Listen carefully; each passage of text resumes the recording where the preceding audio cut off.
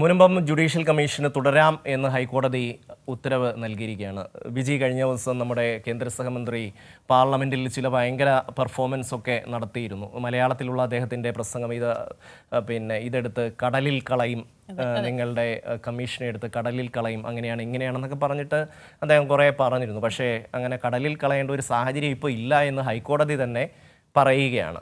ഈ നിയമസാധുതയുണ്ട് ഈ കമ്മീഷന് എന്ന് ഹൈക്കോടതി ഡിവിഷൻ ബെഞ്ച് വ്യക്തമാക്കിയിരിക്കുന്നു. അതെ, ജസ്റ്റിസ് CN രാമചന്ദ്രൻ നായർ കമ്മീഷന്റെ പ്രവർത്തനം തടഞ്ഞ സിംഗിൾ ബെഞ്ച് ഉത്തരവ് ചീഫ് ജസ്റ്റിസ് സ്റ്റേ ചെയ്തു.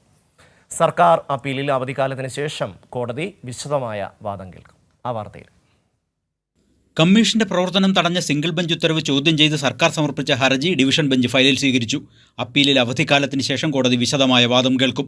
കമ്മീഷന്റെ പ്രവർത്തനം തുടരാമെന്ന് വ്യക്തമാക്കിയ ഡിവിഷൻ ബെഞ്ച് സിംഗിൾ ബെഞ്ച് ഉത്തരവ് സ്റ്റേ ചെയ്തു.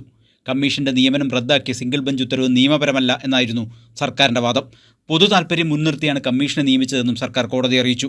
അപ്പീലിലെ തീരുമാനത്തിന് വിധേയമായി മാത്രമേ ജുഡീഷ്യൽ കമ്മീഷന്റെ റിപ്പോർട്ട് അനുസരിച്ച് നടപടികൾ സ്വീകരിക്കൂവെന്നും സർക്കാർ വ്യക്തമാക്കി. സർക്കാർ നിലപാട് അംഗീകരിക്കുന്നതായിരുന്നു ഡിവിഷൻ ബെഞ്ചിന്റെ ഇടക്കാല ഉത്തരവ്. അപ്പീലിലെ ഉത്തരവിന് വിധേയമായിട്ടായിരിക്കണം കമ്മീഷൻ റിപ്പോർട്ടിന്മേലുള്ള തുടർ നടപടികളെന്ന് ഡിവിഷൻ ബെഞ്ച് നിർദ്ദേശിച്ചു. കമ്മീഷനെ നിയമിച്ചത് വഖഫ് ഭൂമിയാണോ എന്ന് കണ്ടെത്താനല്ല, ഭൂമി കൈവശമുള്ളവരെ സഹായിക്കാനാണ് എന്നതായിരുന്നു സർക്കാരിൻ്റെ വാദം. രണ്ട് വിഭാഗങ്ങൾ തമ്മിൽ തർക്കമുണ്ടായാൽ പരിഹരിക്കേണ്ട കടമ സർക്കാരിനുണ്ടെന്നും കോടതിയിൽ ഹാജരായ അഡ്വക്കേറ്റ് ജനറൽ വാദിച്ചു. ക്രമസമാധാന വിഷയമെന്ന നിലയിൽ കൂടിയാണ് പ്രശ്നപരിഹാരത്തിന് കമ്മീഷനെ നിയമിച്ചതെന്നും സർക്കാർ വ്യക്തമാക്കി. സർക്കാർ വാദങ്ങൾ മുഖവിലക്കെടുത്ത ഡിവിഷൻ ബെഞ്ച് സിംഗിൾ ബെഞ്ച് ഉത്തരവ് സ്റ്റേ ചെയ്യുകയായിരുന്നു. കൈരളി ന്യൂസ്, കൊച്ചി.